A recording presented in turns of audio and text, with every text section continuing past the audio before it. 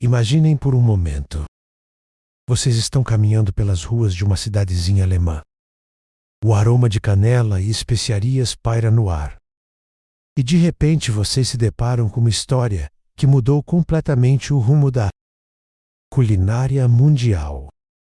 Não estou falando de qualquer receita comum, mas de pratos que nasceram de situações absolutamente hilárias, tragédias épicas e até mesmo de pura preguiça. E antes de mergulharmos nessa aventura gastronômica, que tal vocês darem aquele apoio maroto? Curtam este vídeo, se inscrevam no canal e ativem o sininho, porque as histórias que vou contar hoje vão fazer vocês olharem para a culinária alemã com outros olhos. Compartilhem com aquele amigo que ama uma boa história e vamos nessa.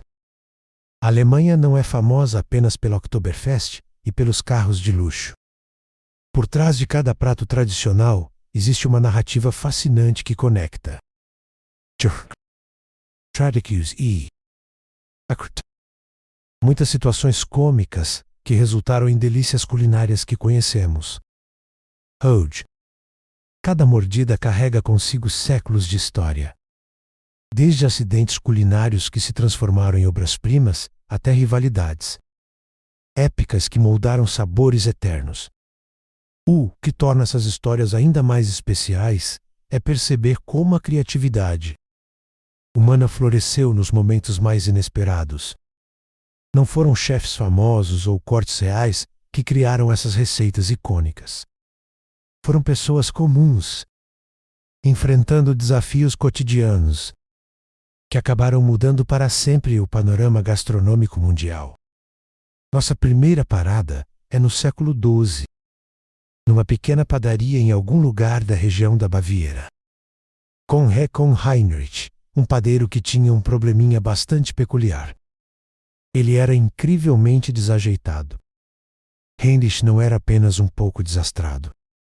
Era o tipo de pessoa que conseguia tropeçar no próprio pé enquanto estava.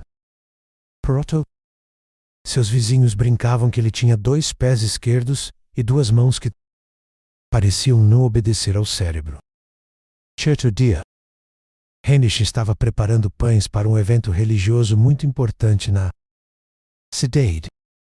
Era uma encomenda especial dos monges do mosteiro local, que precisavam alimentar dezenas de peregrinos que chegavam para uma festividade. Heinrich sabia que essa era sua chance de provar que, apesar da fama de desastrado, ele poderia entregar um trabalho impecável. A pressão estava alta, e Heinrich decidiu começar cedo para evitar qualquer problema. Ele preparou a massa com todo cuidado, medindo cada ingrediente 2 vezes, para ter certeza de que tudo estava perfeito. A massa estava linda, lisa e elástica, exatamente como deveria estar. Heinrich se sentia confiante e orgulhoso do seu trabalho. Mas então aconteceu o inevitável. Enquanto carregava uma grande porção de massa para a mesa de trabalho, Heinrich tropeçou num saco de farinha que havia esquecido no chão. O tombo foi épico. A massa voou pelos ares. Heinrich tentou se equilibrar, mas acabou caindo de costas, e a massa aterrissou parcialmente no chão empoeirado. Heinrich olhou para a bagunça e pensou que sua reputação estava arruinada. Ele tinha apenas algumas horas antes que os monges viessem buscar os pães, e refazer toda a massa seria impossível. Com lágrimas nos olhos e movido pelo desespero, ele decidiu tentar salvar o que pudesse. Heinrich começou a recolher a massa, removendo as partes que estavam muito sujas. O que restou eram pedaços irregulares de massa que ele tentou moldar de volta ao formato original. Mas quanto mais manipulava, mais estranha a forma ficava. Sempre, ele começou a torcer a massa de todas as maneiras possíveis, criando formatos que nunca havia visto antes. O resultado final era uma forma bizarra que lembrava braços entrelaçados em oracle. Heinrich olhou para aquela criação esquisita e pensou que estava completamente Pedeida. Os monges certamente ficariam furiosos com aquela aberração culinária. Mas já não tinha mais tempo nem ingredientes para recomeçar. Então, decidiu assar mesmo assim, esperando pelo melhor. Para sua surpresa completa, a textura crocante por fora e macia por dentro conquistou a todos que provaram. A forma irregular permitia que o sal grosso que Heinrich havia polvilhado por cima ficasse perfeitamente distribuído, criando pequenas explosões de sabor a cada mordida. Os monges ficaram fascinados não apenas com o sabor, mas com a forma simbólica que interpretaram como braços cruzados em oração. A palavra pretzel vem de bracelar, que significa pequenos braços em latim. Heinrich Semseba havia criado não apenas um lanche, mas um símbolo cultural que atravessaria séculos. Os mosteiros começaram a usar pretzels como recompensa para crianças que decorassem orações perfeitamente, transformando o acidente culinário de Heinrich em uma tradição educacional que se espalharia por toda a região. O que torna essa história ainda mais divertida é que Heinrich nunca soube completamente o impacto que seu tropeção teria na história da panificação alemã.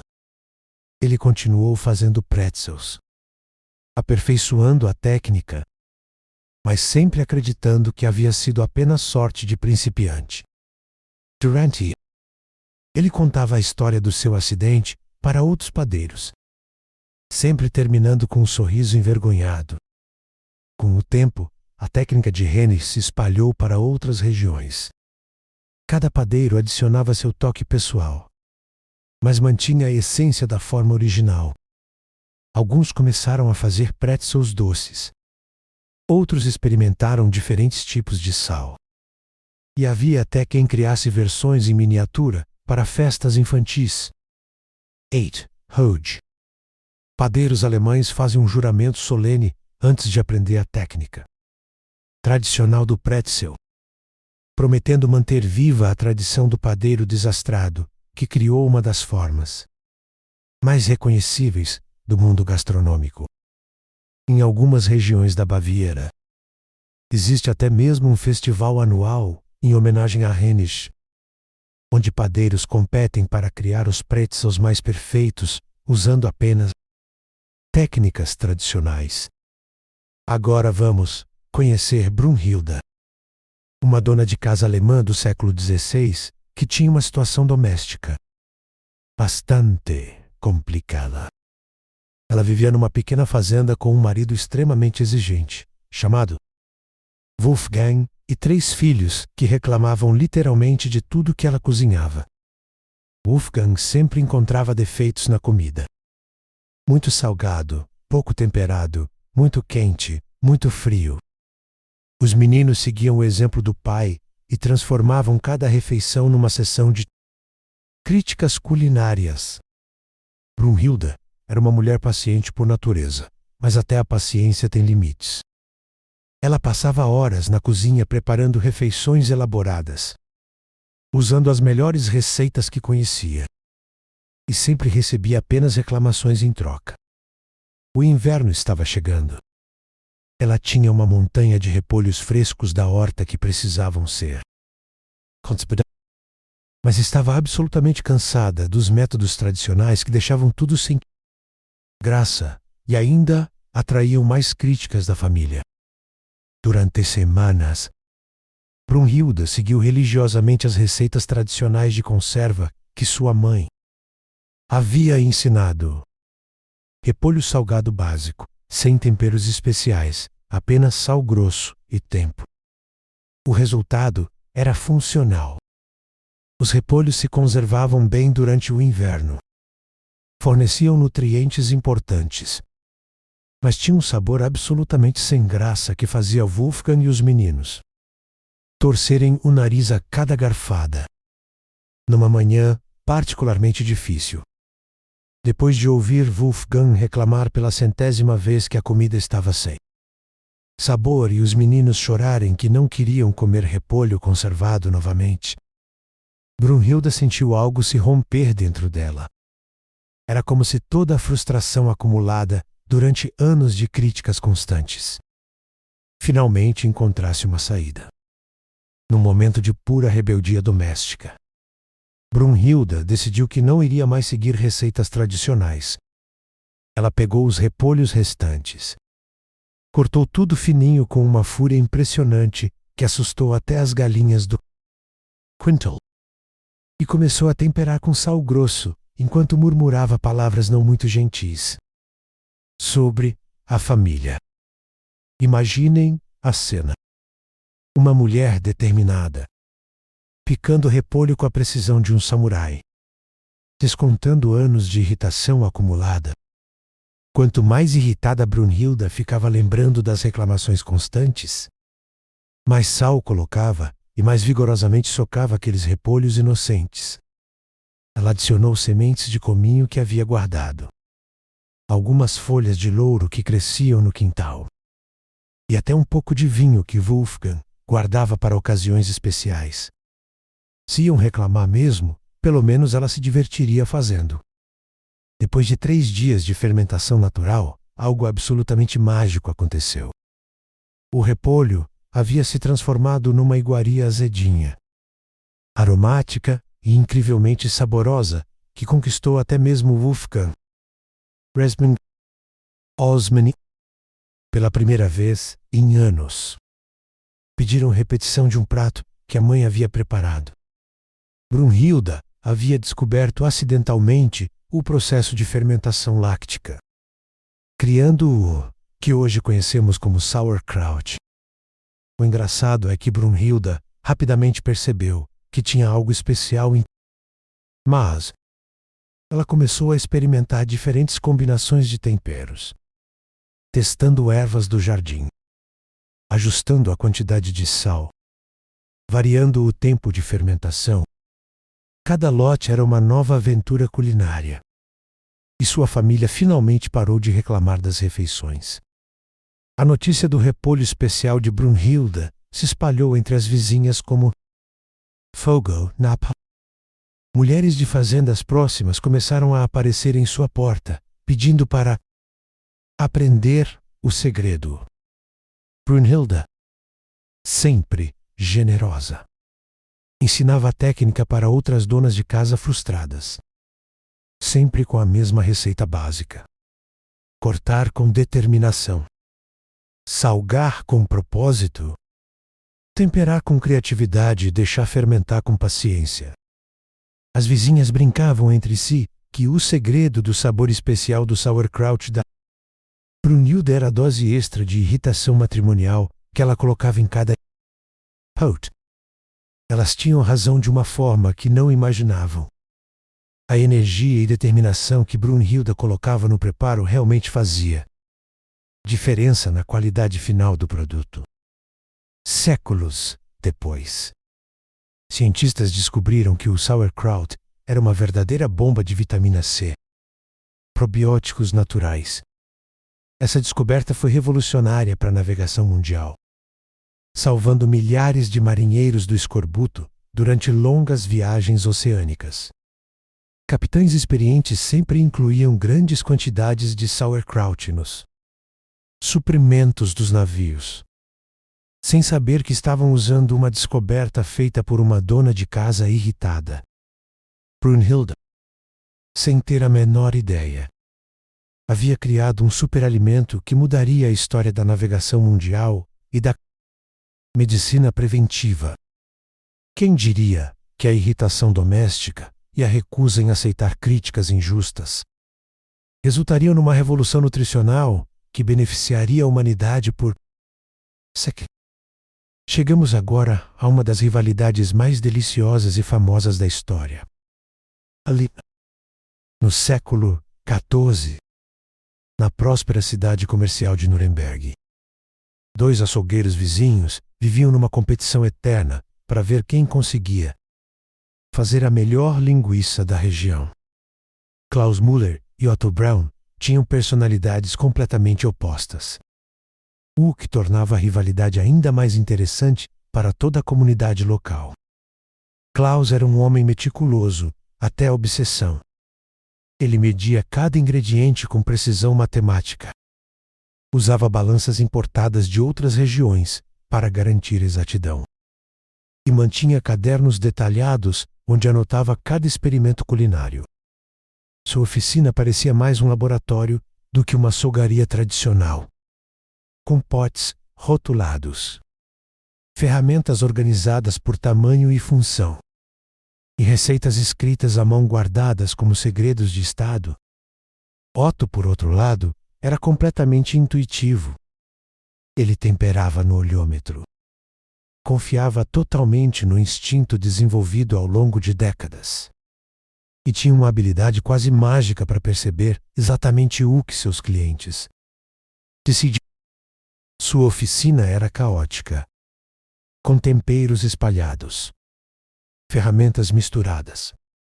Mas de lá saíam linguiças que faziam as pessoas atravessarem a cidade inteira, apenas para comprar. A rivalidade entre eles começou de forma amigável, mas foi escalando gradualmente. Clientes começaram a tomar partido, criando duas facções distintas na cidade. Os que preferiam a precisão científica de Klaus e os que adoravam a intuição artística de Otto. Conversas em tavernas frequentemente terminavam em debates acalorados sobre qual dos dois açougueiros era superior. A situação chegou ao ápice quando eles decidiram fazer uma aposta oficial para resolver a questão de uma vez por todas. O desafio seria criar a linguiça mais saborosa da região. Com um júri formado por comerciantes neutros de cidades vizinhas, e o perdedor teria que reconhecer publicamente a superioridade do outro. Klaus passou meses se preparando para a competição. Ele estudou tratados antigos sobre combinações de carnes. Testou proporções exatas de porco, vitela e especiarias importadas. E desenvolveu uma fórmula matemática que considerava fatores como umidade, temperatura de cozimento e tempo de defumação. Cada teste era documentado minuciosamente, criando uma base de dados culinária impressionante. Otto seguiu uma abordagem completamente diferente. Ele simplesmente observou mais atentamente o que as pessoas realmente gostavam. Prestou atenção aos sorrisos genuínos dos clientes. E ajustou sua receita baseado na reação emocional que provocava. Para ele, cozinhar era uma conversa entre o açougueiro e quem comia, não uma ciência exata. O dia da grande competição chegou e literalmente metade da cidade se reuniu na praça central. Comerciantes viajaram de cidades distantes especialmente para o evento, que havia se tornado uma espécie de festival regional. Havia até apostas sendo feitas sobre o resultado final. Klaus apresentou sua criação com orgulho. Linguiças cientificamente perfeitas, com medidas exatas, temperos balanceados matematicamente, apresentação impecável e um sabor que era resultado de cálculos precisos. Cada linguiça era praticamente idêntica às outras, demonstrando controle total sobre o processo produtivo. Otto trouxe suas linguiças gordinhas, ligeiramente irregulares no formato, mas com um aroma que fazia todo mundo salivar a metros de distância. E Ramsa, temperadas com uma combinação única de especiarias que ele havia ajustado. Baseado em anos de observação atenta dos gostos locais, os juízes provaram cuidadosamente cada linguiça. Discutiram longamente entre si. Testaram novamente para ter certeza. E chegaram a um veredicto que surpreendeu completamente a todos. MP técnico. As duas linguiças eram fantásticas, mas de maneiras completamente diferentes e complementares. Klaus havia criado o que hoje conhecemos como bratwurst clássica. Refinada, elegante, com sabor equilibrado e textura consistente. Otto havia desenvolvido uma versão mais rústica e saborosa, com temperos mais marcantes e uma suculência irresistível que seria posteriormente aperfeiçoada na currywurst. A partir desse dia memorável, Klaus e Otto perceberam que suas abordagens diferentes não eram rivais, mas sim complementares. Eles se tornaram parceiros comerciais, combinando a precisão científica de Klaus com a intuição artística de Otto. Juntos, criaram o conceito revolucionário de Bratwurst regional, onde cada cidade alemã poderia desenvolver sua própria versão única, mantendo a essência básica, mas adicionando toques locais específicos. Essa parceria inesperada foi tão bem-sucedida que se tornou modelo para outros. Hoje existem mais de 40 tipos diferentes de Bratwurst espalhados pela Alemanha, todas descendentes diretas da rivalidade amistosa entre dois açougueiros teimosos que descobriram que a diversidade culinária é mais rica que a Unift. Vamos voltar ainda mais no tempo, até o período grandioso do Império Romano, quando as poderosas legiões de Júlio César estavam sistematicamente conquistando as tribos germânicas resistentes. Entre os oficiais romanos havia um centurião chamado Marcus Flavius Maximilian, um homem prático que não gostava de desperdício e tinha fama de resolver problemas complexos com soluções simples e eficazes. Marcus havia capturado um boi enorme durante uma das batalhas. Um animal tão grande que seria impossível consumir rapidamente entre seus soldados. O problema era sério. Não existiam métodos de refrigeração. O clima estava incomumente quente para a época do ano. E aquela quantidade massiva de carne começaria a apodrecer em poucos dias se não fosse tratada adequadamente. Como centurião experiente, Marcos sabia que desperdiçar comida durante uma campanha militar poderia significar a diferença entre vitória e derrota. Seus soldados precisavam de nutrição adequada para manter a força e moral. E perder uma fonte de proteína daquele tamanho seria imperdoável aos olhos dos Marcos lembrou de uma técnica de conservação que havia aprendido anos antes com comerciantes experientes do Mediterrâneo. Usar vinagre forte para conservar alimentos por períodos prolongados. O vinagre criava um ambiente ácido que inibia o crescimento de bactérias, permitindo que carnes fossem armazenadas com segurança por semanas. Mas Marcus, talvez por inexperiência com aquela técnica específica ou por excesso de cautela, decidiu que mais seria melhor. Ele usou uma quantidade absurda de vinagre, literalmente cobrindo toda a carne com o líquido ácido até que ficasse completamente submersa. A carne estava praticamente nadando num mar de vinagre forte. Durante vários dias, Marcos olhava preocupado para aquela carne mergulhada em vinagre e pensava que havia cometido um erro terrível. O cheiro era intenso. A aparência não era muito apetitosa. E ele começou a se questionar se não seria melhor simplesmente descartar tudo e aceitar o prejuízo. Mas quando finalmente decidiu cozinhar uma porção para testar, algo absolutamente extraordinário aconteceu. A carne estava incrivelmente macia, suculenta e com um sabor complexo e profundo que nunca havia experimentado antes. O vinagre havia quebrado completamente as fibras musculares mais resistentes, transformando um pedaço potencialmente duro numa iguaria que praticamente se desfazia na boca. Os soldados romanos ficaram impressionados com o resultado. A carne tinha uma textura única, um sabor marcante mas equilibrado, e uma suculência que superava qualquer preparação tradicional que conheciam. Marcos havia acidentalmente descoberto o processo de marinação prolongada que seria a base do Sauerbraten. Os soldados germânicos capturados observaram atentamente toda a técnica de preparação. Quando foram posteriormente libertados ou conseguiram escapar, Levaram esse conhecimento culinário revolucionário para suas tribos de origem.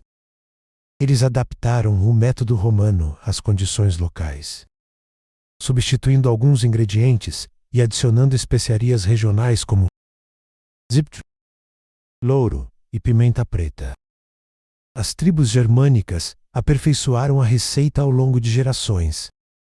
Descobriram que diferentes tipos de vinagre produziam sabores distintos, que certas especiarias complementavam melhor a acidez, e que o tempo de marinação poderia ser ajustado para diferentes texturas finais.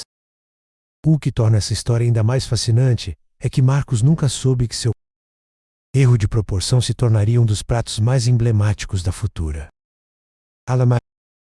o Sauerbraten, que significa literalmente carne azeda, se espalhou por todo o território germânico e, eventualmente, se tornou símbolo da culinária regional. Durante séculos, famílias alemãs guardaram suas versões da receita como segredos preciosos, passando de geração em geração com pequenas modificações que refletiam tradições locais específicas. Cada região desenvolveu sua própria interpretação. Na Renânia, preferem adicionar açúcar mascavo para equilibrar a acidez. Na Westfália, usam mel selvagem para dar doçura sutil. E na Turíngia incluem gengibre fresco que adiciona um toque picante único.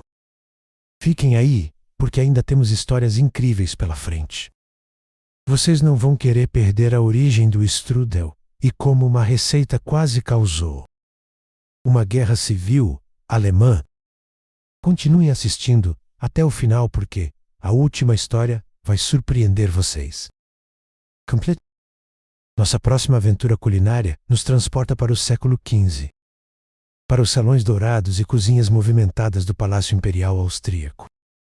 Lá conhecemos Ana Caterina von Salzburg, uma cozinheira talentosa que trabalhava diretamente para o imperador e tinha uma reputação impecável por criar pratos sofisticados que impressionavam dignitários de toda a Europa. Ana enfrentava um desafio aparentemente impossível que estava tirando seu sono. Criar um doce especial que impressionasse os embaixadores turcos otomanos, que visitariam a corte em missão diplomática delicada. O imperador havia deixado claro que o sucesso ou fracasso dessa visita poderia influenciar tratados comerciais importantes. E a culinária seria parte essencial da estratégia de hospitalidade imperial. O problema principal era que Ana, apesar de toda sua experiência e talento reconhecido, tinha uma fraqueza específica e bem conhecida na cozinha. Ela era absolutamente terrível trabalhando com massas delicadas. Qualquer receita que exigisse técnicas refinadas de panificação ou confeitaria fina terminava inevitavelmente em desastre completo. Durante semanas intensas de preparação, Ana tentou receitas complicadas que havia aprendido com mestres confeiteiros de diferentes regiões. Massas folhadas francesas que grudavam desastrosamente. Doces venezianos com recheios que vazavam por todos os lados. Criações bizantinas elaboradas que desmoronavam na primeira mordida. Cada tentativa fracassada aumentava sua ansiedade e desespero. A pressão estava se tornando insuportável quando Ana decidiu abandonar completamente sua abordagem complicada e voltar ao básico absoluto. Ela pegou uma massa simples, feita apenas com farinha, água, um pouco de óleo e uma pitada de sal. Ingredientes que qualquer cozinheira competente poderia manejar sem grandes dificuldades técnicas. Em vez de tentar técnicas sofisticadas que sempre davam errado, Ana decidiu trabalhar com aquela massa básica da forma mais simples possível. Ela começou a estender-la cuidadosamente, usando movimentos circulares lentos e constantes, concentrando toda a sua atenção na textura que se desenvolvia gradualmente sob suas mãos experientes. Para sua surpresa, A massa respondeu maravilhosamente bem a essa abordagem paciente. Ela ficou cada vez mais fina e elástica, até atingir uma transparência quase mágica que permitia ler através dela.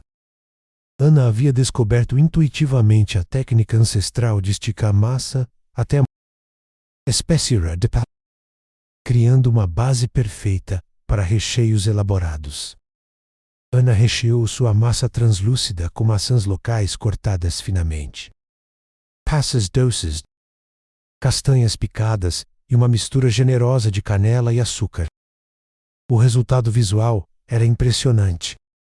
Camadas delicadas que revelavam o recheio colorido, criando um contraste visual elegante entre a massa dourada e os ingredientes vibrantes do interior. Quando os embaixadores turcos provaram a criação de Ana, ficaram genuinamente fascinados.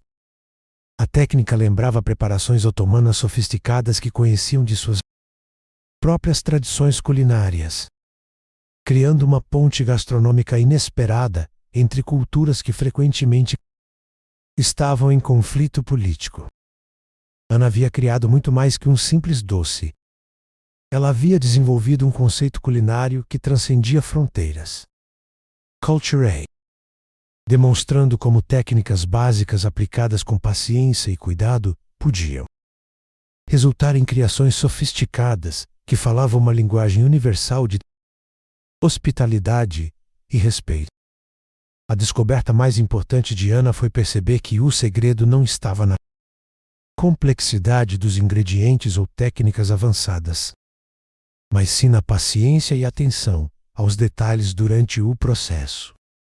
A massa precisava ser esticada lentamente, com movimentos circulares constantes, até ficar tão fina que se tornasse translúcida como seda. A receita do strudel se espalhou rapidamente pelas rotas comerciais do Império, levada por comerciantes, diplomatas e viajantes que haviam experimentado a criação de Ana. Cada região por onde passava adaptou o conceito aos ingredientes locais, mantendo a técnica essencial, mas criando variações regionais únicas. Na Bóhemia, cozinheiras substituíram maçãs por cerejas ácidas locais que cresciam abundantemente nos pomares da região. Na desenvolveram versões com queijo cottage cremoso, misturado com ervas frescas. Na Apolânia, criaram variações doces, usando sementes de papoula moídas que eram consideradas iguaria local especial. Ana havia criado não apenas um doce específico, mas um conceito culinário revolucionário que se moldava às tradições locais, mantendo sua essência original. O strudel se tornou símbolo de como a culinária pode servir como linguagem universal de hospitalidade, conectando culturas diferentes através do prazer compartilhado de uma refeição bem preparada. Agora chegamos à região montanhosa da Floresta Negra, no século XIX, onde conhecemos Wilhelm Hofmann, um confeiteiro talentoso que infelizmente tinha dois problemas sérios que afetavam tanto sua vida pessoal quanto profissional. Ele bebia consideravelmente mais do que deveria e se tornava extremamente criativo quando estava sob influência alcoólica. Wilhelm era proprietário de uma confeitaria respeitada na pequena cidade de Bonn, conhecida por seus bolos tradicionais e doces regionais que atraíam moradores e visitantes de cidades vizinhas. Durante o dia, ele era um profissional competente e focado, mas as noites frequentemente terminavam com Wilhelm experimentando na cozinha. Depois de algumas doses generosas de quiche, a aguardente de cereja tradicional da região. Certa noite particularmente memorável, depois de provar mais quiche do que seria prudente, Wilhelm decidiu criar um bolo especial para comemorar o aniversário de 15 anos de sua filha querida, Marie. Ele queria surpreendê-la com algo único. diferente de qualquer coisa que já havia feito antes.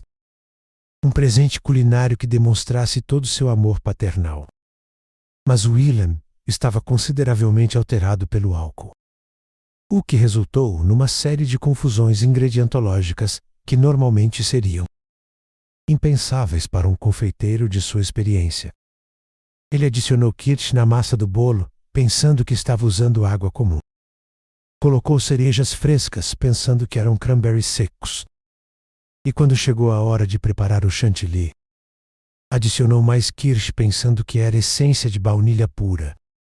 O resultado dessa sequência de erros foi um bolo completamente embebido em álcool, com sabores intensos e uma combinação de ingredientes que desafiava todas as convenções tradicionais de confeitaria que Willem conhecia. O aroma que emanava da criação era tão forte que podia ser sentido em todo o interior da casa. Na manhã seguinte, Willem acordou com uma ressaca monumental e um bolo que cheirava intensamente a destilaria artesanal. Ele estava genuinamente envergonhado do que havia feito e pronto para descartar tudo discretamente antes que alguém descobrisse sua criação alcoólica. Especialmente considerando que era para uma festa de aniversário de uma adolescente, mas Marie, curiosa sobre o que o pai havia preparado, decidiu provar o bolo antes que ele pudesse se livrar da evidência. Para a absoluta surpresa de Willem, sua filha ficou completamente extasiada com o sabor único e complexo da criação. O kirsch havia intensificado dramaticamente todos os outros sabores. As cerejas estavam perfeitamente equilibradas com o chocolate amargo. E o chantilly alcoólico tinha uma leveza e sofisticação que era absolutamente irresistível. Marie imediatamente chamou suas amigas para provarem o bolo especial do pai. E todas ficaram impressionadas com a combinação inovadora de sabores. A notícia do bolo extraordinário de Willem se espalhou rapidamente pela comunidade local, como acontece em cidades pequenas, onde novidades culinárias se tornam assunto de conversas em todas as esquinas. Logo, pessoas começaram a viajar a distâncias consideráveis apenas para provar a criação revolucionária do confeiteiro que havia transformado um acidente alcoólico numa obra-prima culinária. Willem percebeu que havia descoberto algo verdadeiramente especial e começou a aperfeiçoar meticulosamente a receita, sempre mantendo a dose generosa de kirsch que fazia toda a diferença no sabor. Final. O nome Black Forest Cake surgiu naturalmente, já que o bolo representava perfeitamente as características únicas da região. Escuro e misterioso, como as florestas densas que cobriam as montanhas. Doce como as cerejas selvagens que cresciam abundantemente nos vales. E com o toque alcoólico reconfortante do kirsch que aquecia o corpo durante os invernos rigorosos da região montanhosa. Willem havia conseguido transformar seu problema com bebida numa vantagem culinária, criando uma receita que seria posteriormente reconhecida mundialmente. Sua confeitaria se tornou destino obrigatório para visitantes da Floresta Negra. E ele desenvolveu uma reputação internacional como criador de uma das sobremesas mais emblemáticas da Alemanha. Se vocês estão gostando dessas histórias fascinantes, que tal deixarem um comentário contando qual prato alemão vocês mais gostariam de experimentar depois de conhecer sua origem? E não esqueçam de compartilhar esse vídeo com aquele amigo que adora histórias curiosas sobre gastronomia. Vamos conhecer agora Berta Schmidt, uma camponesa da região da Suábia, no século XII, que era simultaneamente famosa por duas características aparentemente contraditórias. Ela fazia a melhor massa de toda a região, reconhecida por camponeses e nobres locais. Mas era também legendariamente preguiçosa quando se tratava de trabalhos que exigiam precisão meticulosa ou esforço repetitivo prolongado. Berta vivia numa pequena propriedade rural com seu marido e 5 filhos. Todos com apetites vorazes que exigiam grandes quantidades de comida. Ela precisava preparar massas frequentemente para alimentar adequadamente toda a família. Mas detestava profundamente o trabalho meticuloso tradicional de fazer macarrão. Com toda aquela história complicada de esticar a massa perfeitamente, cortar em tiras uniformes e moldar cada pedacinho com precisão artesanal. O processo tradicional de preparação de massa era extremamente trabalhoso e, primeiro era necessário preparar uma massa firme e elástica. Depois estendem-la numa superfície grande até ficar com espessura uniforme. Cortar em tiras perfeitamente regulares. E finalmente moldar cada tira individual no formato desejado. Todo esse processo podia levar horas para produzir quantidade suficiente para uma família grande. Berta era uma mulher prática que valorizava a eficiência acima de tradição. Ela constantemente procurava maneiras de simplificar tarefas domésticas sem comprometer a qualidade final dos resultados. Seus vizinhos frequentemente brincavam que Berta era capaz de encontrar atalhos para qualquer trabalho, desde ordenhar vacas até colher vegetais da horta. Um dia particularmente cansativo. Depois de trabalhar na horta durante toda a manhã e ainda ter que preparar almoço para 7 pessoas famintas, Berta decidiu que não iria mais perder tempo com técnicas tradicionais, complicadas de preparação de massa. Ela estava determinada a encontrar uma maneira mais rápida e prática de alimentar sua família numerosa. Com uma dose generosa de determinação e rebeldia culinária, Berta pegou uma massa mais mole que o tradicional, bem mais líquida e fácil de manusear, e começou a experimentar métodos alternativos de preparo. Em vez de esticar e cortar cuidadosamente, ela simplesmente começou a raspar a massa diretamente na água fervente, usando uma faca comum de cozinha. O resultado foram pedaços completamente irregulares, com formatos estranhos e tamanhos diferentes. Exatamente tudo que os manuais tradicionais de culinária diriam para evitar. Alguns pedaços eram grandes e grossos, outros pequenos e delicados, criando uma variedade de texturas que nunca havia sido vista antes em preparações de massa. Para a absoluta surpresa de Berta, essa massa irregular cozinhava de forma absolutamente perfeita. Os pedaços maiores ficavam mais consistentes e satisfatórios na mordida. Os menores se tornavam delicados e absorviam molhos maravilhosamente. E a textura irregular segurava temperos de uma forma que macarrão liso tradicional jamais conseguiria duplicar. Seus filhos ficaram fascinados com a nova criação da mãe. A massa tinha uma textura única que tornava cada garfada diferente da anterior, criando uma experiência gastronômica muito mais interessante que as massas uniformes tradicionais. Berta havia descoberto acidentalmente que a imperfeição poderia ser uma virtude culinária excepcional. A técnica revolucionária de Berta se espalhou rapidamente entre as mulheres da comunidade local, especialmente porque era dramaticamente mais rápida que os métodos tradicionais.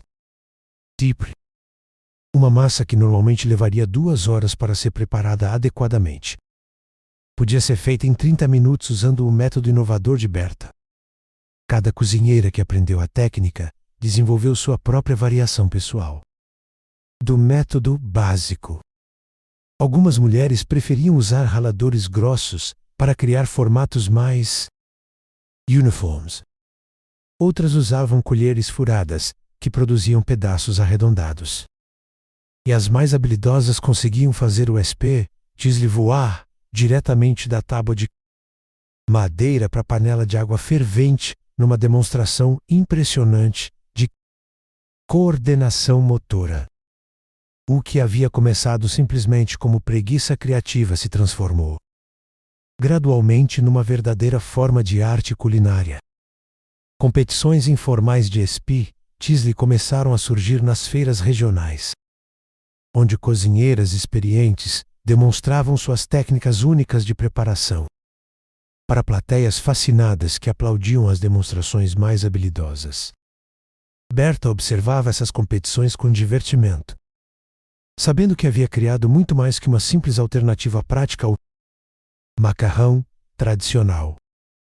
Ela havia desenvolvido uma das massas mais versáteis da culinária alemã, que servia perfeitamente tanto para pratos doces quanto salgados, e que até hoje é preparada exatamente como ela inventou, sem medidas exatas, sem formatos perfeitos, apenas com habilidade desenvolvida através da prática e intuição aguçada. Nossa história final nos transporta para um mosteiro medieval, isolado nas montanhas, onde os monges viviam sob regras rígidas que limitavam severamente os prazeres terrestres, incluindo especialmente os prazeres gastronômicos. Entre esses homens devotos havia o irmão Friedrich von Nuremberg, um monge responsável pela cozinha que enfrentava um dilema moral constante entre seguir fielmente os votos de simplicidade e satisfazer secretamente seu paladar. O mosteiro seguia regras beneditinas estritas, que exigiam alimentação simples e sem luxos desnecessários. Vegetais básicos, caldo simples e ocasionalmente peixe durante dias especiais constituíam a dieta. Qualquer coisa que pudesse ser considerada prazer culinário era estritamente proibida e poderia resultar em penitências severas para o monge transgressor. Mas Friedrich tinha um problema secreto que o atormentava diariamente. Ele era completamente viciado em mel silvestre e especiarias aromáticas. O aroma de canela, cravo e noz moscada o deixava literalmente tonto de desejo. E ele sonhava acordado com sabores doces e complexos que contrastavam drasticamente com a monotonia culinária da vida monástica. Durante Messi, Friedrich lutou contra esses desejos considerados pecaminosos, tentando encontrar paz espiritual através da negação completa dos prazeres gastronômicos. Ele jejuava frequentemente, comia apenas o mínimo necessário para sobreviver e orava intensamente pedindo que Deus removesse essas tentações mundanas de seu coração devoto.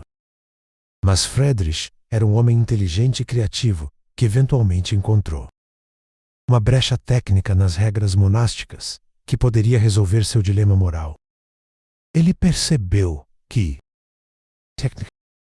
pão era considerado alimento básico essencial, não prazer culinário luxuoso. E, portanto, modificações que melhorassem seu valor nutricional seriam teoricamente aceitáveis. Começando cautelosamente, Friedrich iniciou experimentos secretos, adicionando pequenas quantidades de mel à massa básica do pão, sempre argumentando para si mesmo que estava simplesmente melhorando o valor nutricional do alimento essencial. Depois começou a adicionar especiarias medicinais, justificando que eram benéficas para a saúde dos irmãos durante o inverno rigoroso das montanhas. O pão de Friedrich foi ficando progressivamente mais doce, mais aromático e consideravelmente mais delicioso. Outros monges começaram a questionar curiosamente por que o pão preparado por Friedrich era tão diferente e saboroso comparado aos pães simples que conheciam de outros mosteiros ou de suas vidas anteriores no mundo secular. Friedrich desenvolveu respostas cuidadosamente elaboradas para essas perguntas. Ele explicava com expressão séria e piedosa que estava seguindo uma receita ancestral especial descoberta em manuscritos antigos, destinada especificamente a fortificar o organismo dos monges durante os meses frios de inverno, quando o corpo precisava de nutrição extra para manter a saúde. A verdade era que Friedrich havia criado secretamente os primeiros Lebkuchen, biscoitos aromáticos de gengibre que se tornariam posteriormente uma das tradições natalinas mais queridas da Alemanha. Mas sua criatividade culinária não parou na receita básica. Ele começou a experimentar com formatos decorativos especiais, usar moldes de madeira esculpidos para criar desenhos elaborados e até mesmo desenvolveu versões cobertas com chocolate importado secretamente. Friedrich mantinha cuidadosamente seu discurso oficial de que tudo era apenas alimentação funcional destinada a manter a saúde monástica. Ele criou justificativas teológicas elaboradas para cada inovação. Os formatos especiais ajudavam na meditação contemplativa. As decorações serviam para elevar o espírito através da beleza. E o chocolate era medicina para a melancolia invernal. Quando as autoridades eclesiásticas superiores eventualmente descobriram a verdade sobre as atividades culinárias de Friedrich, ele foi chamado para prestar explicações formais sobre sua aparente violação das regras monásticas. Sua defesa foi absolutamente genial e demonstrou sua inteligência excepcional. Ele provou empiricamente que os Lebkuchen duravam meses sem deteriorar. Eram nutritivos e energéticos. Podiam ser facilmente transportados. E resolviam problemas logísticos práticos do mosteiro. Friedrich transformou magistralmente sua gulodice secreta numa solução administrativa prática. Ele demonstrou que suas criações eram superiores ao pão tradicional para vitrines. Duravam mais tempo sem estragar. Forneciam energia sustentada para trabalhos físicos. E até mesmo serviam como moeda de troca com comerciantes locais que forneciam suprimentos essenciais ao mosteiro. O caso de Friedrich se tornou legendário entre comunidades monásticas. E gradualmente, outros mosteiros começaram discretamente a produzir suas próprias versões de Lebkuchen. Cada ordem religiosa desenvolveu receitas secretamente guardadas, formatos únicos e específicos, e técnicas especiais de decoração que se tornaram marcas distintivas de diferentes regiões monásticas. O que havia começado como rebeldia culinária individual se transformou numa tradição religiosa amplamente aceita. Durante o período natalino, mosteiros por toda a Alemanha produziam milhares de Lebkuchen que eram distribuídos para pobres locais, vendidos para financiar atividades de caridade e oferecidos como presentes para visitantes importantes que contribuíam para as comunidades monásticas. Friedrich, sem perceber completamente, havia criado uma indústria que hoje movimenta milhões de euros anualmente. Durante as festividades natalinas alemãs, sua rebeldia gulosa contra regras monásticas restritivas se transformou numa tradição cultural que conecta gerações de famílias alemãs através de sabores e aromas que despertam memórias afetivas profundas. E assim chegamos ao final desta jornada gastronômica fascinante pela rica história culinária alemã, onde descobrimos que por trás de cada prato tradicional querido existe uma narrativa humana genuína repleta de acasos hilários, criatividade desesperada e situações absolutamente cômicas que mudaram permanentemente o curso da culinária mundial. Do padeiro incrivelmente desastrado Hennig, que criou o pretzel através de um tropeção épico, até a dona de casa rebelde Brunhilda, que inventou o sauerkraut num acesso de irritação matrimonial. Cada receita carrega consigo não apenas ingredientes cuidadosamente balanceados, mas memórias vivas de pessoas reais que transformaram desafios cotidianos em soluções culinárias geniais. Essas histórias extraordinárias nos ensinam lições valiosas sobre como a melhor culinária frequentemente nasce da espontaneidade criativa, da necessidade prática urgente E às vezes até mesmo de erros acidentais que se transformam em descobertas revolucionárias. Não foram chefes mundialmente famosos ou cortes reais sofisticadas que criaram essas receitas icônicas e atemporais, mas sim pessoas comuns enfrentando desafios universais da vida cotidiana. Cada mordida de um pretzel crocante carrega um pouco da atrapalhada adorável do Heinrich. Cada garfada azedinha de sauerkraut contém um toque da determinação rebelde da Brune. E cada fatia de Black Forest Cake preserva a criatividade alcoólica acidental do Wilhelm. Essas receitas são muito mais que simples combinações de ingredientes. São pedaços tangíveis de história humana que podemos literalmente saborear. A próxima vez que vocês experimentarem qualquer um desses pratos alemães, lembrem-se de que estão provando não apenas comida deliciosa, mas história viva e palpável. Tradições que sobreviveram corajosamente através de séculos de mudanças. E o gênio culinário natural de pessoas ordinárias que transformaram acidentes cotidianos em arte gastronômica duradoura. A culinária alemã nos mostra que as melhores tradições nascem de momentos autênticos de humanidade. Frustração que vira criatividade. Rivalidade que se transforma em colaboração. Acidentes que se revelam descobertas. E rebeldia que cria legados permanentes. Cada prato conta uma história de resiliência humana e capacidade infinita de transformar desafios em oportunidades saborosas. Agora eu quero muito saber: qual dessas histórias fascinantes mais surpreendeu vocês?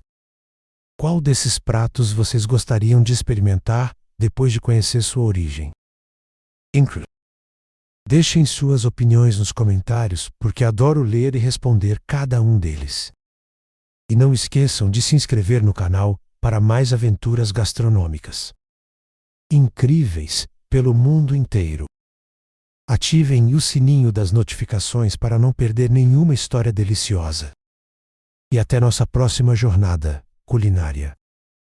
Bom apetite e boa diversão!